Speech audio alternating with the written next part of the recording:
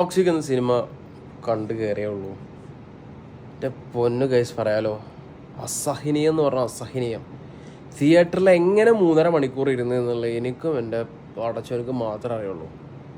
പിന്നെ ഒരു റെക്കോർഡുണ്ട് ഈ സിനിമയ്ക്ക്.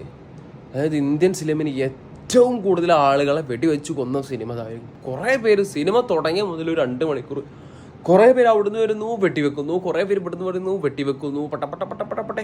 ഈ ബിഗ് ക്യാൻവാസിൽ ബിഗ് ബഡ്ജറ്റ് സിനിമ എടുക്കാന്ന് പറഞ്ഞു കഴിഞ്ഞാൽ എന്താ ഗീതു മോഹൻദാസ് വിചാരിച്ചത്? കുറേ പേർക്ക് തോക്കും കൊണ്ട് കൊടുത്ത് കുറച്ച് പേരെ വളരെ എലഗൻ്റായി ഡ്രസ്സും ചെയ്യിച്ച് ഭയങ്കര ലൈറ്റിങ്ങും ഇതൊക്കെ ചെയ്ത് ഒരു എലഗൻ ഫ്രെയിംസ് ഉണ്ടായി കഴിഞ്ഞ് കഴിഞ്ഞാൽ ഒരു സിനിമ ആവില്ല. അതിന് നല്ലൊരു സ്ക്രിപ്റ്റ് വേണം.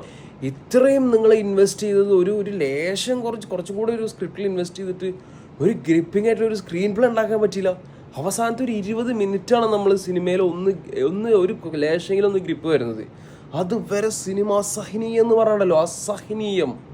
ഹോഫ് എന്താ കാണിച്ചു കൂട്ടിയുള്ളത്. ബാക്കി കൂടുതൽ ഞാൻ ഒന്നും പറയണില്ല. കണ്ടവർ കണ്ടിട്ട് അഭിപ്രായം പറയാം. Okay, that's all. ബൈ.